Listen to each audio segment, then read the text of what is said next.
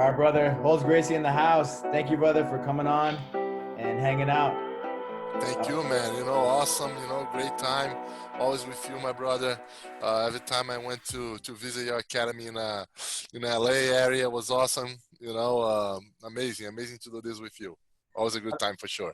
Yeah. I don't know if you remember me, but I went with them all, Easton, Yes, boy. Oh, you went to Florianopolis. Florianopolis, yeah. Okay. Yes, man. I remember you guys there, man. The crazy guys, crazy gringos driving down, to Brazil. Down. We took a bus. Not even many Brazilians do that. Even the Brazilians are scared of those roads, and you guys are getting there. You guys got a Volkswagen Beetle or something, right? Something like that. We took one time Volkswagen Beetle, but another time we took a bus. Yes. Another time we took a bus. That's awesome. You know what paid off, right? Stories to tell. And amazing, The crazy thing is that you had to be pretty young at that time. That was like in 96 maybe? I don't know. 96, yeah. It was like 17, 18. Yeah. Depending on the time of the year, because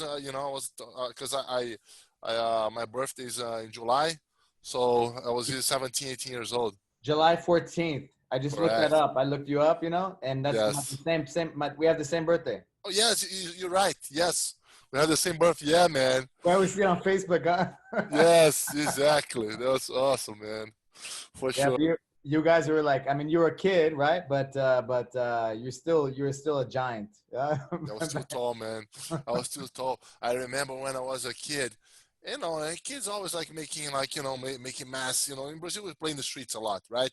We play soccer in the streets, and then if a ball falls on somebody's like a yard, we have to go over Brazil, there's no like small fences, right?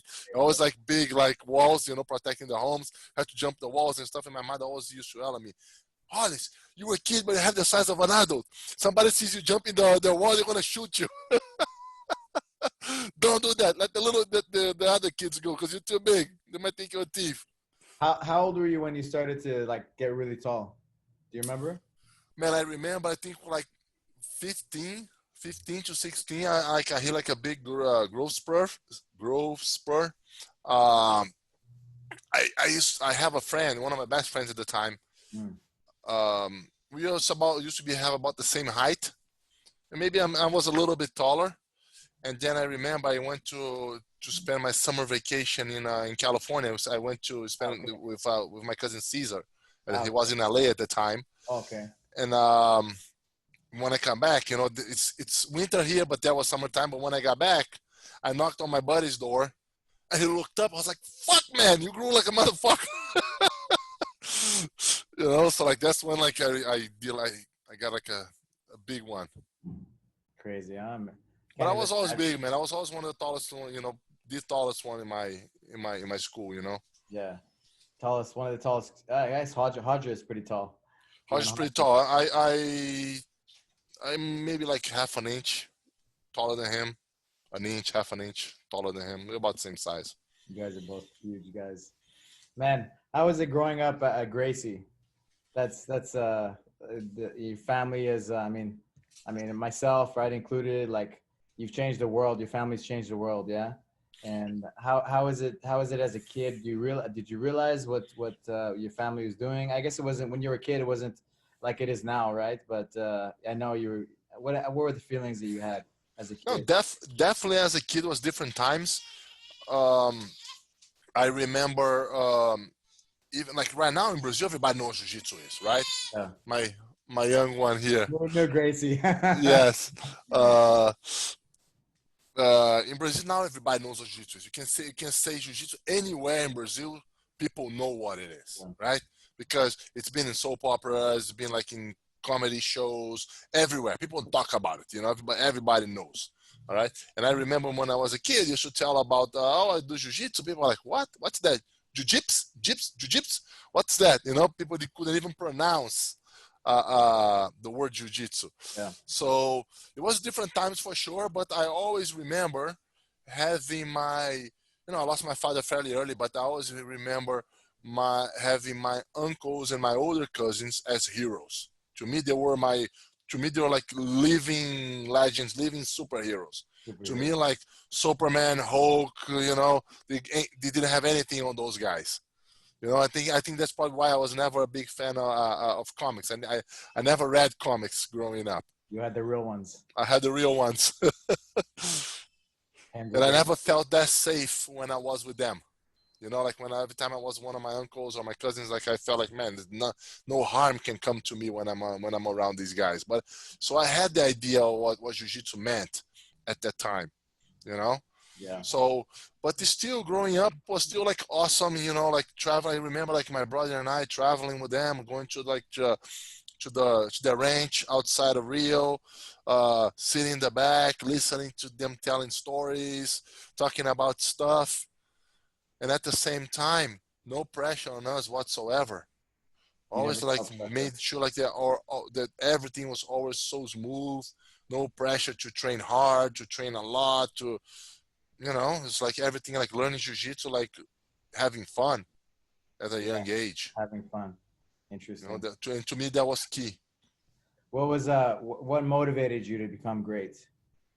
Like what do you think? What not? I see you. The guys are your uncles. They're superheroes, right? Yes. What do you remember? Like what made you wanna? Man, I wanna become very good. You said there's no pressure.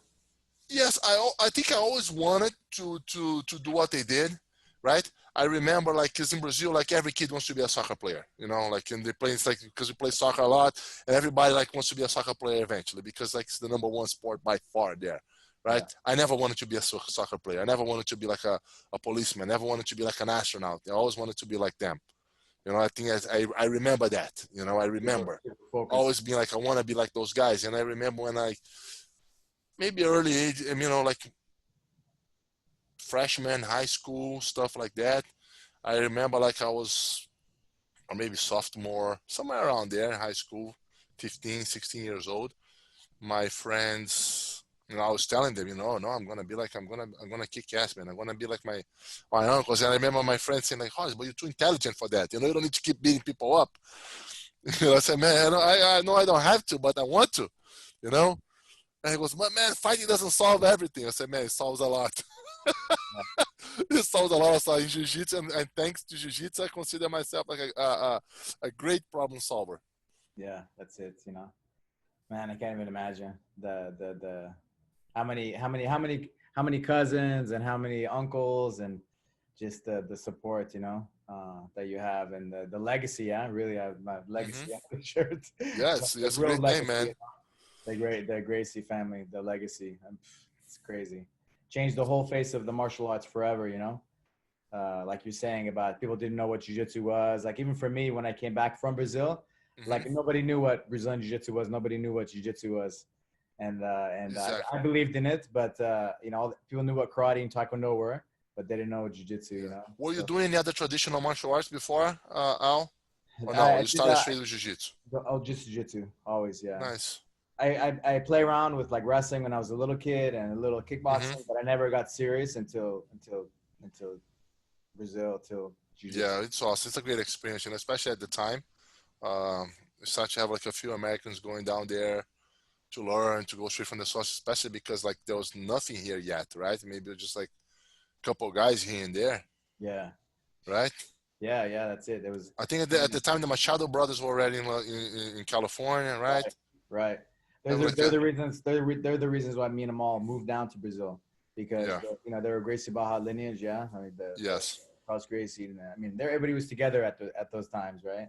yes, Those times. So yeah, that was the reason how we ended up down there. Where Amal went first, and he was like my big brother, and then yeah. I was down with him. But yeah, Um, man.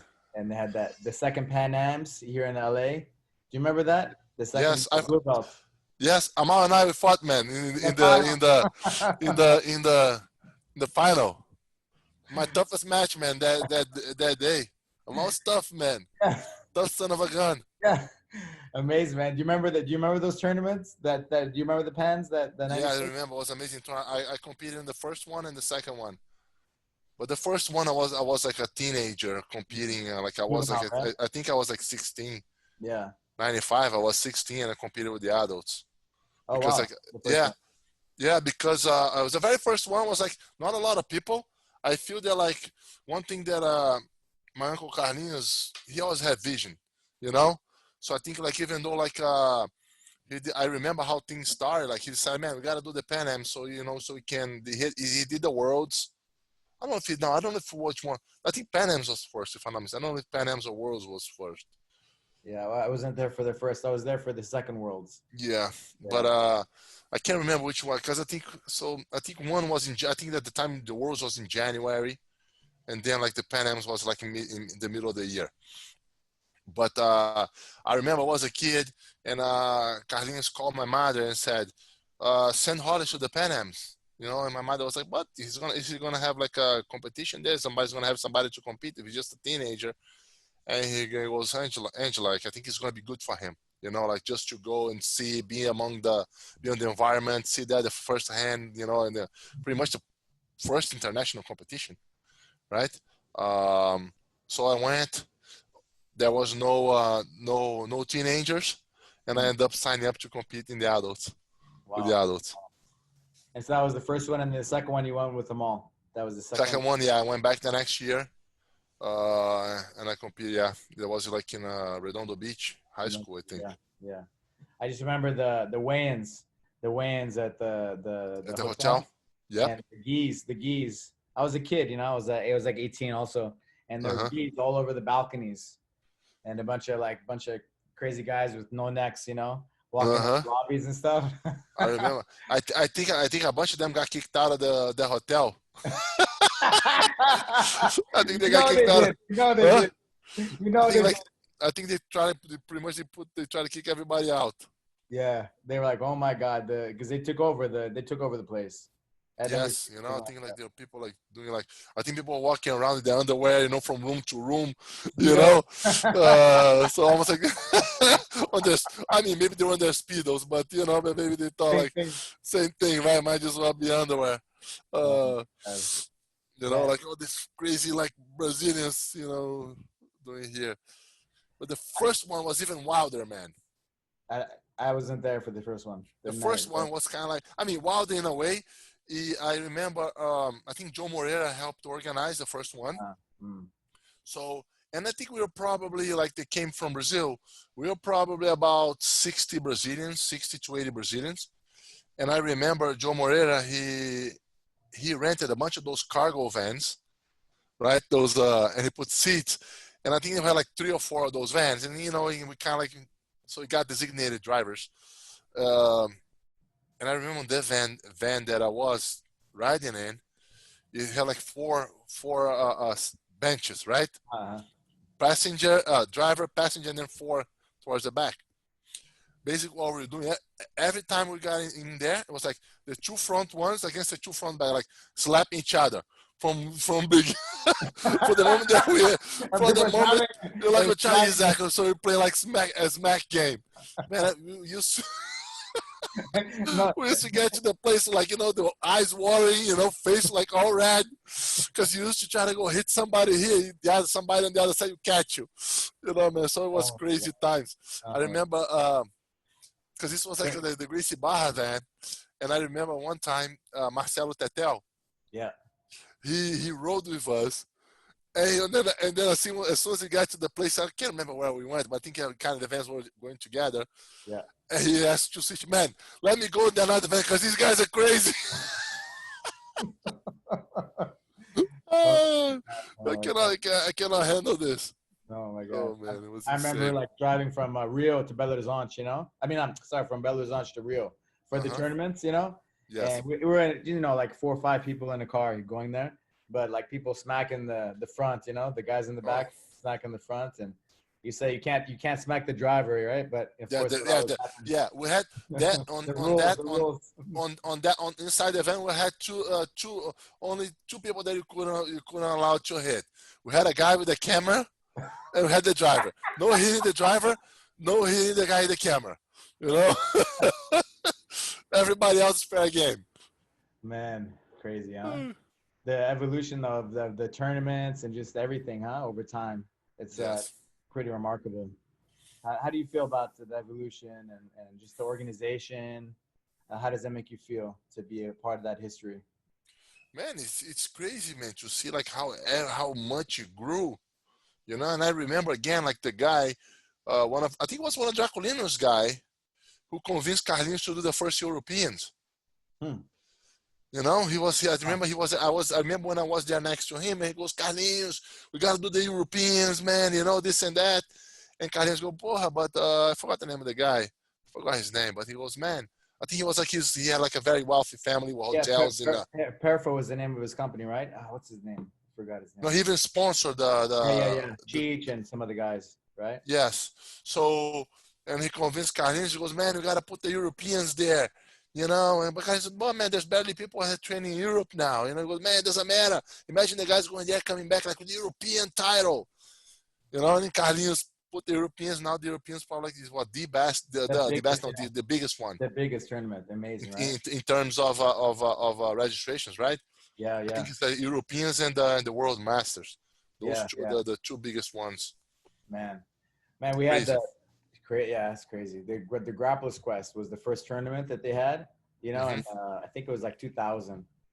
Like Eddie Bravo, a bunch of the American guys, or we competed, and some Brazilians, you know. Yeah. But it was in like a high school gymnasium, yeah, and that's where we would go. And then when was it, like 2 years ago, the Master Worlds in Mm-hmm. Vegas?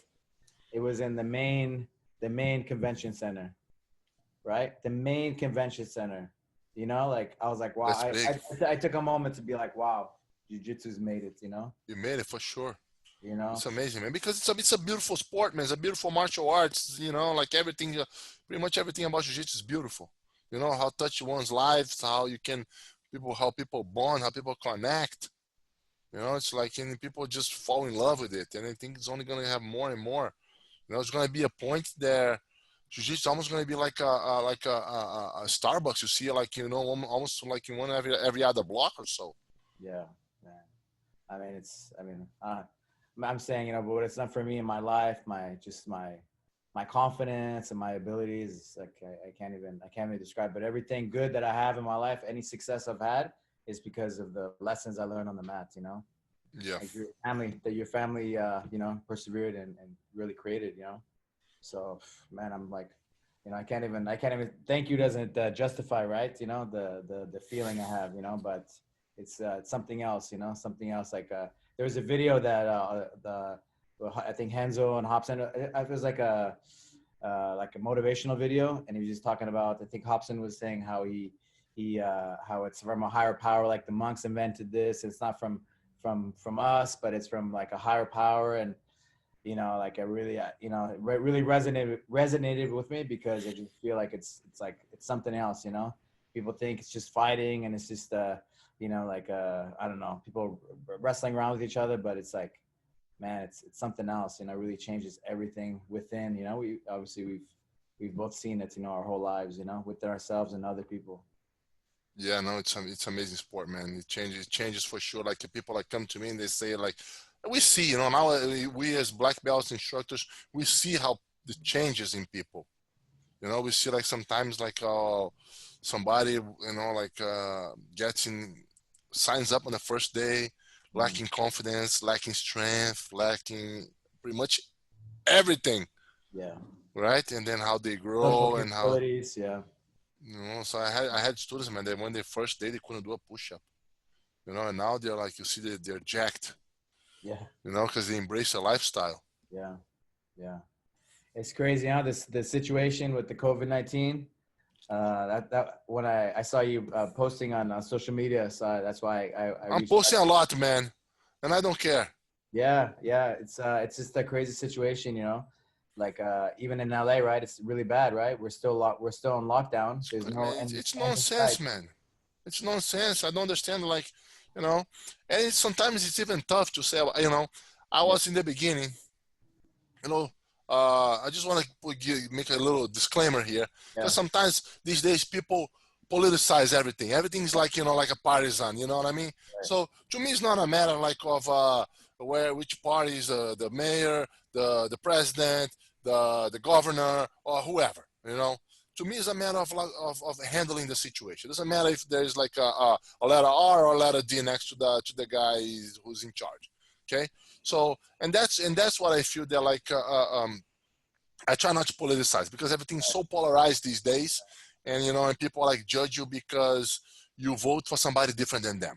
So like we shouldn't be. It shouldn't. To me, it shouldn't matter.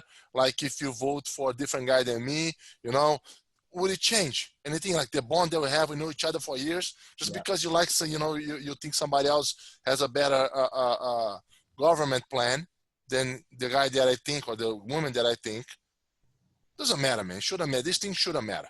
Yeah. You know what I mean? Like, we're from Jiu-Jitsu, we know. And sometimes what I get disappointed with Jiu-Jitsu people is that you see them fighting and politicize everything in Jiu-Jitsu. There's no politics, man. Like when inside the academy training, everybody's the same. Yeah. Everybody has like, pretty much the same gi. Like how expensive can you don't know how much people have like in their bank account, when you're on the mats. You don't know what their religion. You don't know where they came from. You don't care what their skin color is. These things don't care. So sometimes when I feel like Jiu-Jitsu people politicizing everything, I think that they need to learn a lesson when it comes to that. But, just a little disclaimer. But I feel that like, we've been like, some places are making a mistake, on handling the situation. I feel that, I can take New York, for example, because I live here. And I'm seeing firsthand, right? And I see how it's like, how doesn't justify, if you can go like, the numbers are showing like, the numbers now are lower, numbers like in new cases, numbers in hospitalizations and numbers in death, thank God, are way lower than before we went on lockdown. So we did it, man. From the governor himself, right? I saw that. From the governor himself, from the mayor himself. Sometimes it's like, man, I feel that, I don't know, like I try not to be like more getting to like, this conspiracy theory, because of this new world order. I don't even want to get to me. It's like a matter of handling, maybe the state is broke. Maybe they need more money from funding from the federal government to allocate somewhere else. I don't know, who knows? But to me, treat like New York, California is the same, right? Yeah.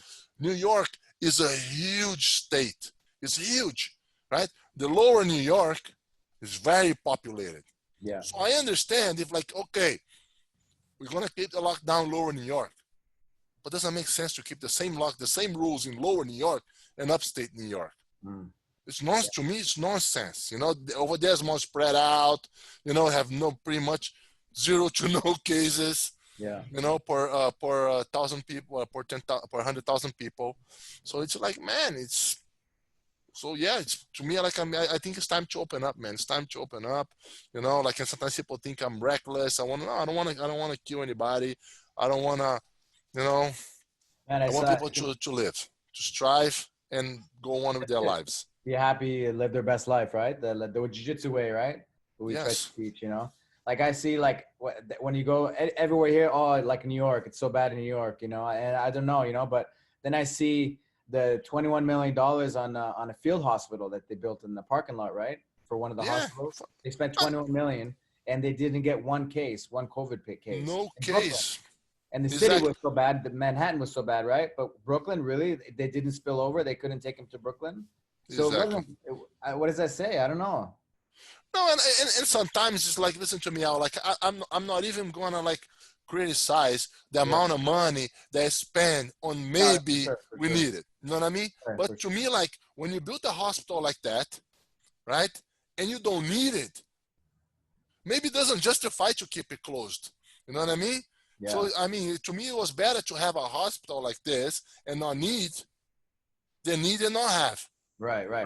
For sure. So it's almost like, but so to me, when I put those things, it's not just like to criticize the money that was spent,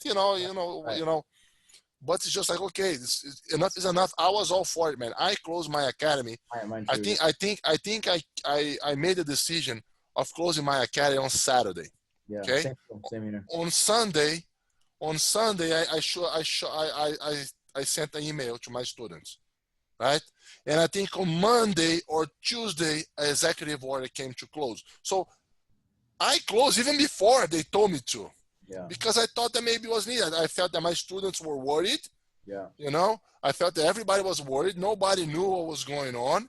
You know, there's this like crazy virus out there. It's killing everybody. It's gonna extinguish the human population. Nobody knew what was going on. But now, man, we know what's happening. We know who, who's vulnerable to that. Like we know the mortality ratio. Like what happened if we close, what happened if we don't close. So it's like it's time. It's time. Like it's time to open up. We can't And keep it like that. the fact that we're questioning, right? After this amount of time, after these amount of months, yeah, that we're questioning. Of course, the virus is real. I'm not questioning that, but the fact of how bad it really is, yeah. Is I mean, that says something, yeah. That we're having these big debates, I think for me at least, and yeah, it's just a crazy situation. I'll tell you a story with my dad. And my dad is in a nursing home, so uh-huh. 24-hour care, and of course those are the worst places, yeah, to be Yes, in they got right hit. now. Those got hit bad.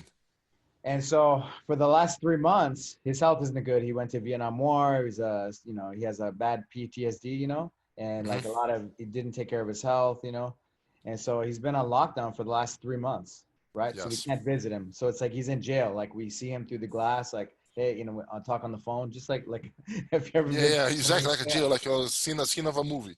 yeah. And so no interaction, yeah. And so then like 2.5 weeks ago, he gets diagnosed with COVID, Oh. and he just has a cough, but they have to take him to the hospital. And like, have you seen that movie E.T. with all Hmm. the, well, you see Yeah, yeah. all the big, like he's an alien, or something. And so he Yes. gets taken to the thing, and he's like I said, his health isn't good, and he's declined because of being isolated for this long. And now on top of that, this situation, yeah. And after 2 weeks, he tested negative. Okay, cool. They take him Nice. out, and then he tested positive again. Hmm. You know, so like, who knows if the tests are real? And so then this is like going on right now. Like this weekend. He gets a blood infection from like being neglected. Yes. And he's at the big veteran hospital, and he's gonna die basically because he stopped eating. He was so sad, and Oh, really, depressed and man? out of line. Yeah. And so we went and we're like, man, he's gonna fucking die, if you don't let Oh, us see man. him. And so the doctor signed off, and we got to see him. Man, within the first day, he started to wake up. Second day, he started to drink water. Second day, Man, another see? day, yesterday, for example, it was yesterday actually, Memorial Day. He started eating. He started eating again. But just from the human connection. Of You course, know, man. Super. This is important, man. Sometimes like, I understand, like I think to me, like Dan Crenshaw, the Texan congressman, to me, he said it best, right? And he made an analogy like, he's a Navy SEAL, ex-Navy SEAL, yeah, whatever. But he said like, man, it's almost like we're on a mission and suddenly we start to get shot at. yeah, We don't know where it's coming from. We don't know who's shooting at us. So we're forced to go on retreat, right? So they go to retreat. And that's what went to the lockdown was supposed for us to go on retreat. right. But you got to go on retreat to figure out who was shooting you, where they're shooting from, and figure out those informations, right? And then at some point, they have to go out and fight again. You Fight cannot again. just be Yeah, like bunker forever because, right? It's just a matter of yeah, time for. So I think that's now. I was all for it. I went. If you can probably see, like, I started doing like some podcasts as well with my students. In the very beginning, I was all pro closing up, stay yeah, tight, guys. I was yeah. even talking about people on Facebook saying like, "Oh, more people die on car crash." But I was like, "Man, it's not about car crash. It's like car crash doesn't Yeah, it's you don't apples get." and oranges. Yeah, So so I wasn't in the beginning. I was one thing. Now I evolved towards other. I think so. Everybody should be. You don't have to hold your opinion, like forever. If somebody shows you like that things change, situation change, especially with this yeah, things like we are gathering information like on a daily basis, yeah, you know. But I'm yeah, glad your father's great. He's doing well, man. Great, yeah. But it just shows you how important the human connection is. super Yeah, important, you super know, important. like it's everything, right? So much, of our health and everything. That even me talking to you, it's always better to see the person and stuff. But like, you have the liquor stores that are open, right? That are essential. But jujitsu, of course, I know it's the contact and the close proximity.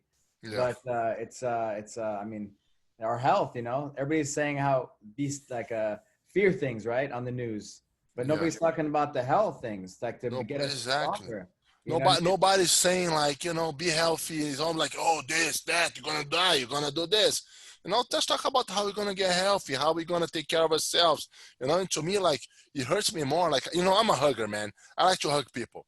You know, like when I see people, I shake their hands and I hug, you know, give them like a tap on the back. Yeah, That's yeah, me, right? And when I see a friend of mine and I feel that like, man, it becomes awkward. Oh, should I do it? Should I not? right. I don't think I would be able to live without hugging, you know, the Yeah, people that I like, even my students, you know, I shake their hands, I hug them. yeah, So it's like, I feel that it makes me like, it hurts me more if I don't hug them than if I would. You know what I mean? yeah. But I don't know. So that's why I'm saying, I hope we get back to the old normal, not the new normal that people are yeah, saying. They're like, man. You no know, handshakes. The heck, man. yeah. No handshakes. I have some other stories too. You know, I had like, cause I closed the gym and then I started filming a lot of things. And so one of my black belts who I've been in contact with the whole time, you know, I invited him to train, you know, Yes. and I have a neighbor that's been calling saying that we're open, whatever. And so a couple times the police came, but obviously we're closed, you know, but then he called again because he saw some people inside. Uh-huh. And I was training. It was right before I had a scheduled to shoot videos, you know, for the online stuff. And then my last roll with my black belt, a police officer comes in, Mm-hmm. you know, and like with the body language, and I wasn't thinking about him. I was thinking about the guy, the neighbor, and I lose it, you know. I don't remember what happened. Yeah. And then he's like, and he told me, yeah, I got crazy, and good thing the doors were locked because I couldn't get out because I was gonna get the neighbor, you know, and luckily I didn't, you know, and luckily my black belt was there, and he talked to me there and just walk it off. My wife was right there just to just de-escalate. It's crazy, man. People like calling, you know, snitching on you, and Man, you know, and then the police officer said to me, he's like, man, you need to wear a mask. I'm like, what? You have to wear a mask? What, I have to be at home next to my wife and wear a mask to be at home? It's like, it just put things in perspective, you know, like, yeah. it's just like, what's going on, you know? And so I just hope we can all have a conversation, like an open dialogue, you know, like however how you feel, right? But have the freedom to do that, you know? Exactly, exactly. So I feel sometimes like people, there's like a lot of people like telling you what to do. You gotta do this, you know. And people, I'm not even talking about the government, talking about like regular citizens, right? Snitch on you, telling you what to do, Yeah. and it's almost like nobody has I don't have the right to tell you what to do. Yeah. I have the, you know. Sometimes it's almost like one of those things like, hey, buddy, what do you want? Oh, I want you to no. What do you want? You for wearing a mask? Okay, wear a mask. Don't tell me that I have to wear a mask. I'm not saying I won't wear. No, I'll wear a mask when I have, you know, when I'm outside, I don't wear, but when I go indoors, I put, you know, in a public place, I'll put a mask. But, you know, I don't want you to have a gun. No, you don't want to own a gun. You don't want a gun. You don't tell me that I cannot own a gun. You cannot tell me that I'm not supposed to eat meat or not or whatever. You know what I mean? So like, if everybody did what they believe, but without telling people that they need to do the same, man, this world will be great. Yeah, right. It's a great world, but it will be better for sure. Yeah, man. People really mind their own business. It's crazy, you know. I just think of jiu-jitsu like it's the opposite of social distancing, yeah. Yeah. Yeah. How are we gonna have social distancing jiu-jitsu like exactly. solo drills? You know, I think everybody's a little bit tired of solo drills. I tell everybody, man, like we're probably like, and of course I'm biased to say, but like we jiu-jitsu school owners, we got hit the hardest. Like who got hit worse than us? There's a bunch of martial arts that you can do without contact. You know what I mean? You can go boxing, hitting the bag, shadow box, stuff like that. Jiu-jitsu, how are you gonna practice jiu-jitsu with no partner? Yeah. I think like, and I say like, it's probably us and strip clubs. We're doomed. We're gonna be the last ones to recover from this. I don't know. I mean, I saw Hanzo posted a video on Instagram of Georgia, and I saw the guys training. You know. Yes. So it's different in every state. I don't know. I don't know the situation. You know. I hope for the best. You know. But I don't know. I believe in jiu-jitsu, you know, and for us to not have that, you know, I'm willing to take a stand on and like really. I feel people are understanding. I start to understand what's going on. I did a quiz, not a quiz. Survey. a survey with my students, 80% plus want to come back to training. As soon as the governor says okay. You know, or maybe sooner, but I just had to put on the survey, you know, once you're allowed to open. I cannot afford to go to jail, man. I don't want to open my place up, go to jail, get fined. I think it's going to be worse for me, but, you know, I will open once I'm allowed. I'm a law-abiding citizen, regardless if I agree with the law or not, but, you know, but a lot of, you know, big majority of my students, they want to train. They want to get back into training. And probably like another 10% or 15%, you know, they want to go back to training with some guidelines, you know, and then maybe like 2 or 3% only don't feel comfortable training right now. Maybe only Zoom classes and stuff like that, you know, so it's like people want to go back. I did a survey also, and the same thing. A majority, like over 80%, also wanted to come and train again. Yeah. But I still plan on having Zoom classes, you know, but if you're scared and worried, like, I will. I say, like, they should stay home, right? They should stay home and continue to, you know. Exactly, you know, and again, I'm not going to force anybody to come train. You know, I'm not going to be like, oh, you know, if this is like a very personal thing. You know, I want to try to, I still going to keep the Zoom classes. I'm already like rigging my academy so I can put like microphones, camera, you know, the computer, everything there so I can have a good setup for the Zoom classes. But I want to make everybody feel comfortable. I want to have a class, you know, that people can do solo drills, dummy, whatever. I want to have a class for people who want to interact and train, and I'm gonna try to please Greeks and Trojans. That's it. Main thing is people train and move and stay healthy, right? Exactly. So that's my goal. I'm really looking for this day to come, man. I'm just hoping like sooner rather than later because it's been too long already, man. Do you guys have a date? Do you guys have a date in New York? No. Same and to here. me, that's the problem, man. LA, to me, that's another poor way of handling this. One, we talk about the numbers; they are down. We could have gone into phase 1 already, but if we need phases, but we could. Let's say we assume we need phases. Okay, so let's ease into it. We could have gone on phase 1. Yeah. To me, I would prefer if they said, "Man, after that, we're only going to open in September." Or we're only going to open again in January. I'm fine with this. Yeah, we know where we're at. Yeah. Give me something, you know, so I can plan, so I can let my students know, you know what I mean? So I can, whatever, you know, like this, like, oh, I'm going to extend another month and then we'll see. And then the month comes, oh, we're going to extend another 2 weeks. Oh, we're going to extend, man, what the heck, man? Just tell me, okay, we're gonna stay 3 months closed. Okay, I'm gonna pack my stuff. I'm gonna go to Florida, go somewhere, stay there, you know, and let my students know, whatever, man, whatever. And right now I'm just here waiting. Crazy world, crazy. Insane, world. Man. I gave my sister a hug yesterday because we went to see, you know, to spend time with my father. Yeah.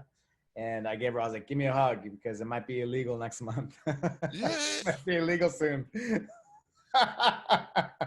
Crazy times, man. Crazy times. And I just posted yesterday something about like how in Sweden, the total deaths on the 26 weeks leading to May, up until May, from 16, 17, 18, 19, and 19, 20, they're pretty much the same. It's about 6,900 and change. Yeah. So it didn't change anything. This COVID thing didn't change. I saw Newsweek, Japan is open. They never closed. Taiwan, I have friends in Taiwan. They never closed, you know. 850 deaths only in Japan. Yeah. Probably the flu would kill more there. Yeah. We'll see for sure when time comes out, you know, but it really shows you the craziness. You think the news is accurate, but this really shows you, right, the reality, right? People can twist everything, right, and make something and make it seem like the opposite way that it really is, or exactly vice versa. This news is so, man, I remember, I mean, in the beginning of this, I was really tuned up on the TV. Okay, I was watching the news. And you know what I was doing? Because I was watching NBC in the morning, and I was watching Fox News in the afternoon. Yeah. You know, so I was watching both, and I was watching the governor, New York governor. The mayor don't even look because this guy's a moron. You know, like, no, I don't even know. I don't understand how New York has a mayor like that. But but I was watching the governor, and I was watching the president in the afternoon to try to understand what was going on, because I want to get straight. I want to get the information straight from the source, right? Because before, when you watch the news, they're giving the opinion on what these guys said, Right. Whether if they like one or the other. But anyway, where I was going with this, I got I got a lot. No, but what I was saying was, boy, man, I totally got lost. So, and then I was watching the news, you know. So for you to have an idea, something that's like how they want to scare you, right? So there was a doctor here in New York that she got COVID, she recovered, but then later on, I mean, a couple of weeks later, she took her life. You know, tragic story. You know, I'm very sympathetic. You know, to me, like somebody like I can't feel like how much pain somebody's going through to take their lives. You know, I'm very sympathetic to the cause. You know, like it's like, man, it must be horrible for somebody to do that. They give up. You know, to give up in training is bad. It's tough for me. I imagine giving up in life. You know, so to me, like but it's already a tragic news. So they put the NBC in the morning show, whatever they call today or whatever they call. They put an interview with the doctor's sister, and the doctor's sister goes, "Yeah, this wasn't my sister. I don't understand why she did it. I'm know for sure that COVID attacked her brain." And I was like, man, on national TV.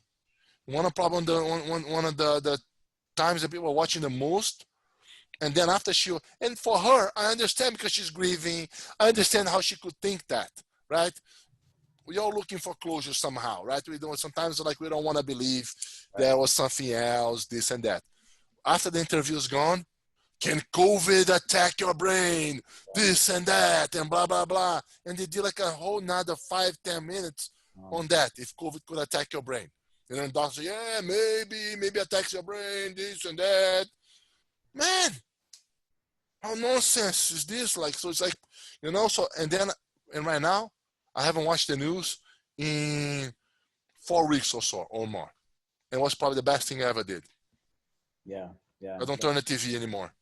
I go on the website, you know, I wanted that information on the cases. I go on the government website. I go here and there, boom, boom, boom. I do some friends, you know, I have friends also, you know, you too, you know, Jiu-Jitsu is one of the things about Jiu-Jitsu that we have friends from all walks of life, right? So people send me like, you know, information, this and that, blah, blah, we discuss, you know, analytics. So that's how crazy fearmongers, man, you know, it's like crazy. Let's switch it up. I was looking at your record and the Wikipedia, and I saw that you fought Bob Sapp, and then like we lose track of of the times, you know. I lose track of times, and you fought these giants. How was it? I mean, I saw Bob Sapp came to New Mexico when I lived there still, you know. He shot like one of the longest yard movies, and so we got to hang out for a couple of weeks, you know. And man, he's like his hand's like the size of I don't even know, I can't even explain it. Probably like 5 times the size of my hand, you know. He's like a giant. So how was it man, Bob Sapp? His nickname really does justice, like the beast.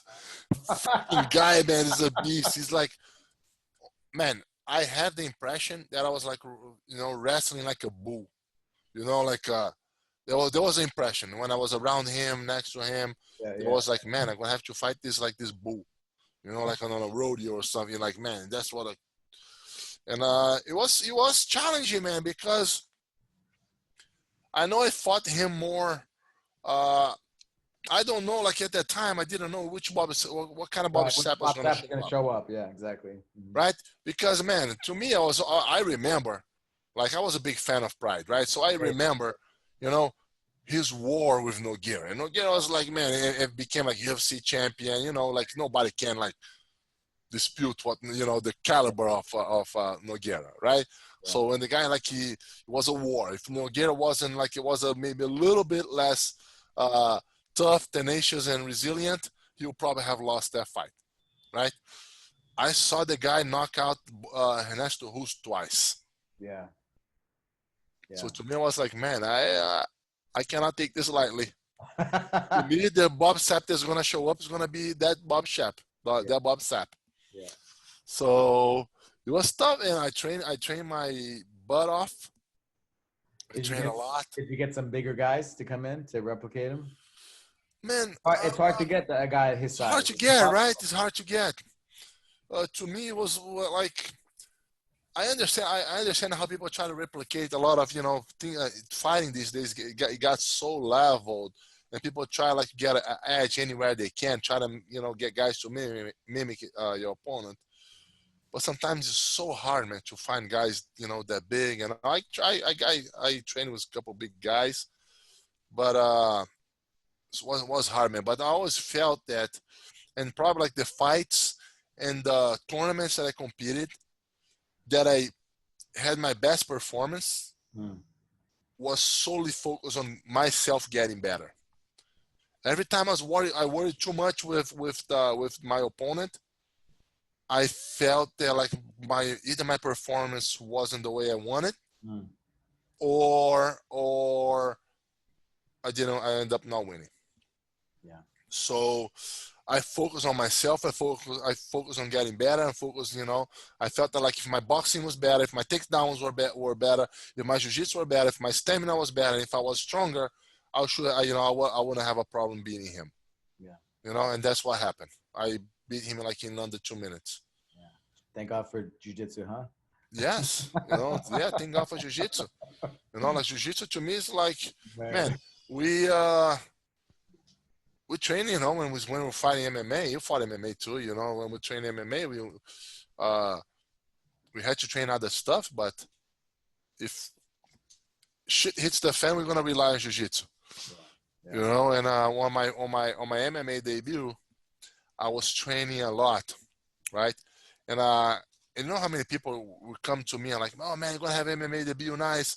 All you need to do is train your stand-up. Train your stand-up, and you'll be fine. You know, because you're already too good in jiu-jitsu. You know, and at some point, I started to believe that. I was solely focusing on boxing, you know, mostly boxing. I was training at that for my first fight. I was mostly boxing. I was boxing a lot, conditioning, you know, this and that.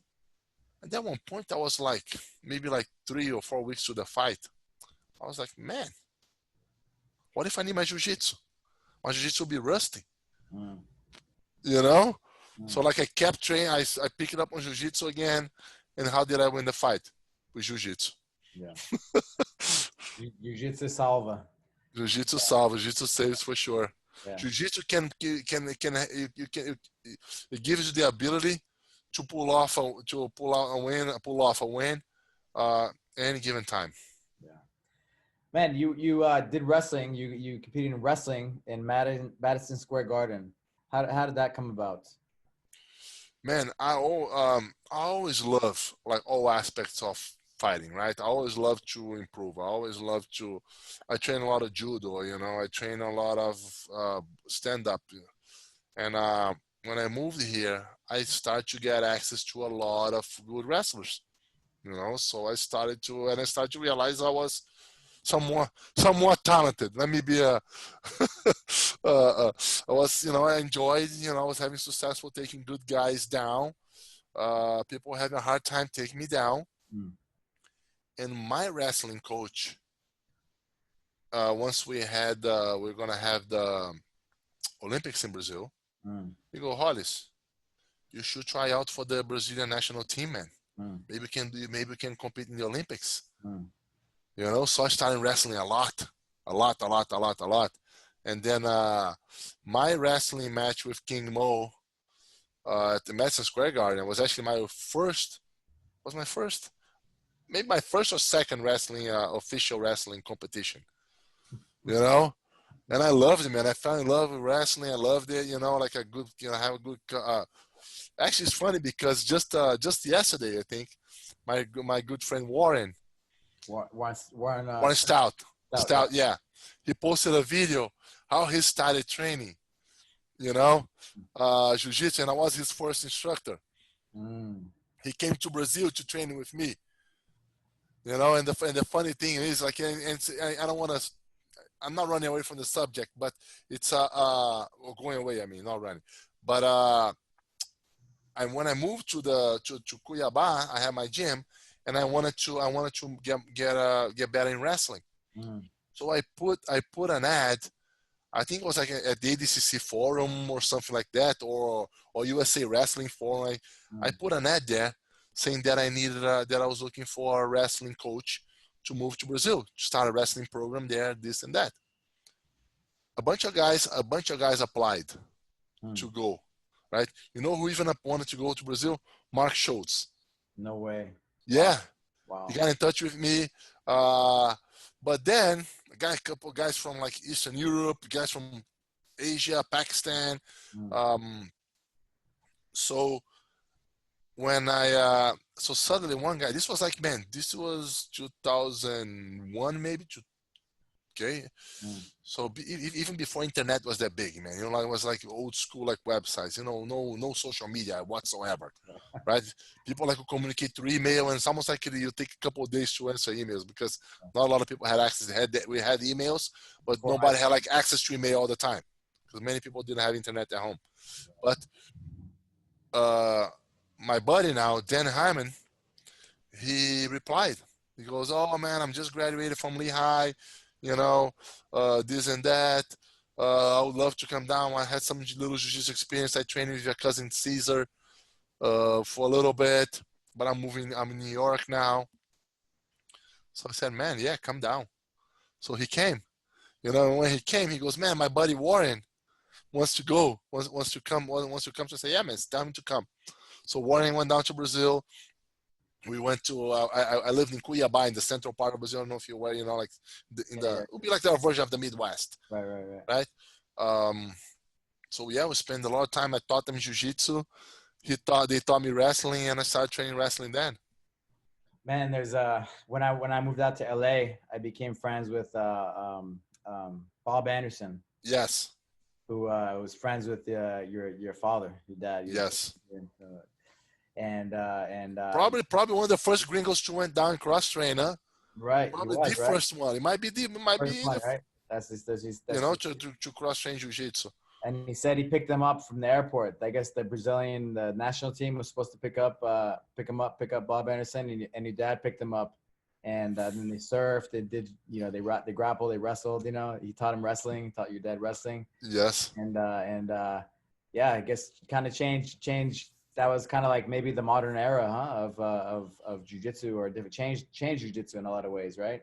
exactly. My father was, had that mentality of always trying to, because my father was a natural competitor. Man. He loved to compete, and at the time they didn't have many jiu-jitsu competitions, right? I don't Right, know how right. many jiu-jitsu competitions they had in a year. So he wanted to compete, and he started wanted to compete like in similar sports, like wrestling, judo. My father competed in wrestling, judo, sambo. Mm, He competed in all those things. mm, And so I guess, and he wanted to try. My father too. My father, I think he wanted to try out for the Olympics right. in wrestling. So I think they wanted to bring qualified people to train them. And Bob was the guy. And your dad got a medal. What tournament was that? It was Pans. I think it was yeah, pans, sambo pans, Sample or Pans. Yeah, yeah. yeah, he has with him, and we saw in the video like we were planning on doing something there, a Right, little right. something there at your school. But I, once it's behind us, we'll do it. that's it. That's it. Yeah. So we're planning on having an event where Bob Anderson, Yeah. he showed your dad the Americana, right? The Americana technique. Yes. Yeah. So I'm not sure if he showed him or because he loved to use that.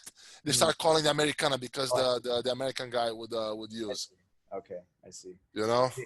But either way, like, yeah, we were planning on having a nice event to kind of commemorate, because he never gave the medal to your dad, so we're gonna have a nice event. So I'm really looking Yeah. forward to having that in the future, you know. Yes. And I'll be excited. I wanted to meet him. I never got to meet him personally, oh, wow, but I definitely want to meet him. I heard stories about him since I was a little kid, man. wow, How the beast of a man went to Brazil. Wow. Wow. Yeah, he was he mentored like Dan Henderson and Hmm. Sims and yeah, a lot of guys, right? A lot of good guys, good wrestlers. I Yes. ended up fighting MMA and going down that path. So Yes. yeah, it's interesting. Interesting. I The definitely want to meet him. histories. Well, thank you, brother. Thank you for your time. Anytime, my man. And it's thank you for your friendship. Man, it's crazy times. Crazy times. Crazy times now. Tell me, I got the Rolls Gracie shirt. I think it was the first one. This is a brand, right? The which one? The red one? You I have got the red red one? one. Yeah, the first one. Yeah. Yes. I have a couple other ones. Next time I'm in LA, I'll bring for you. But there's a website too, right? Is it what? Man, the website. I think I'm. I was like too busy. Like I gotta put that back up on the website. You know what I mean? I think like the stock has been depleted on the website, but I still have some at home, some in the storage. I mean, and I'll bring you some. I'll bring you one of each, Good. Looking forward. Looking forward. Your like gym this is one pretty here. cool. Yeah, that's what I'm talking about. You know, I'm talking about roll. Rolls could roll. Rosewood roll. Would roll. Nice, nice. Man, so how can people find you? Instagram, Rolles Gracie, at Rolles Gracie, Twitter, same thing, Facebook. You know, Your gym is where? What my city? gym is in Old Bridge, New Jersey. Old You Bridge. know, Rolles Gracie Academy. I mean, Rolles Gracie Academy with an R. Oh, yeah. Oh, You know, oh my brother. You thank know, you, my brother. my feelings are mutual towards you. Always a great guy. You always, you know, had your doors open for me, and it's the same thing here. Next time you're in the area here, come by, visit my academy. We'll put a seminar for you. Always a great time.